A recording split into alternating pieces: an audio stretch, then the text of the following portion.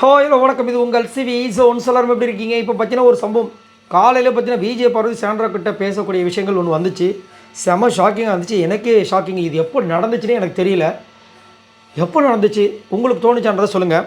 என்னென்னா காலையில் வந்து விஜய் பார்வதி வந்து சாண்ட்ரா கிட்ட ஒரு விஷயத்தை வந்து கேட்குறாங்க. ஃபஸ்ட்டு நீங்கள் வந்தீங்களே, வந்த உடனே என்கிட்ட வந்து ஒரு சில விஷயங்கள் சொன்னீங்கள்ல, அது எதுக்காக சொன்னீங்க, எந்த இன்டென்ஷன் அப்படின்போது அவங்க இல்லை வெளியில் வந்து ரொம்ப தவறாக போயிட்டு இருந்தது.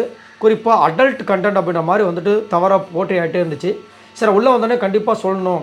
குறிப்பாக உங்ககிட்டையும் எஃப்ஜேக்கிட்டையும் துஷார்கிட்டையும் சொல்லணும். ஏன்னா உங்கள் 4 பேர், அதாவது அரோராவோட சேர்த்து 4 பேரோட விஷயங்கள் வெளியே போச்சு. குழந்தைங்களை வச்சு பார்க்குறவங்க டிவியை பார்க்க முடியாமல் டிவியை ஆஃப் பண்ணுற அளவுக்கு போயிடுச்சு.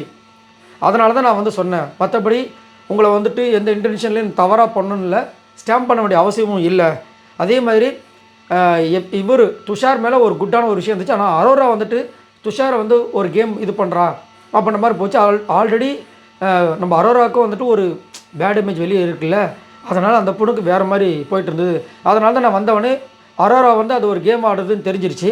அதனால் உங்கள் 3 பேர்கிட்ட சொல்லி உங்கள் 3 பேருக்கு ஒரு கேம் இருக்குது, அதை நீங்கள் வந்து வெளியே கொண்டு வாங்கன்னு சொல்கிறதுக்காக தான் நான் பண்ணேன்.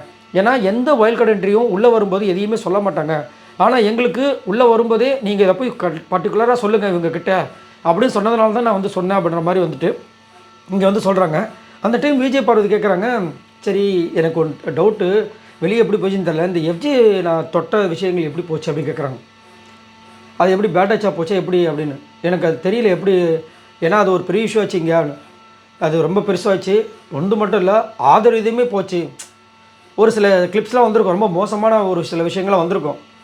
ஆதரவு எஃப்ஜிவும் அந்த மாதிரி போச்சு. அதில் வந்து இருந்துச்சுன்னொடனே இவங்க ஷாக் ஆகுறாங்க.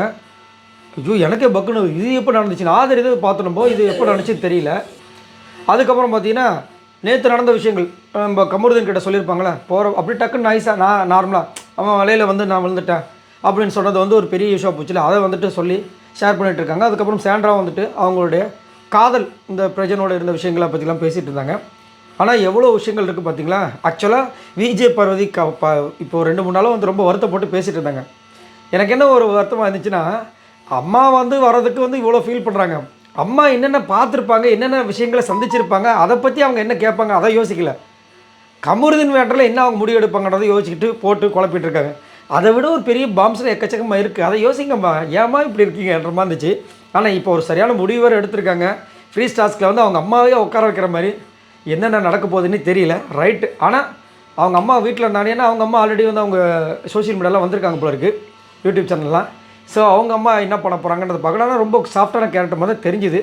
பார்க்கலாம் என்ன நடக்குதுன்னு. என்ன தான் சாஃப்ட் கேரக்டர் அங்கே தெரிஞ்சாலும் ரியாலிட்டியில் தான் நம்மளுக்கு பெரிய சர்ப்ரைஸாக இருக்குது.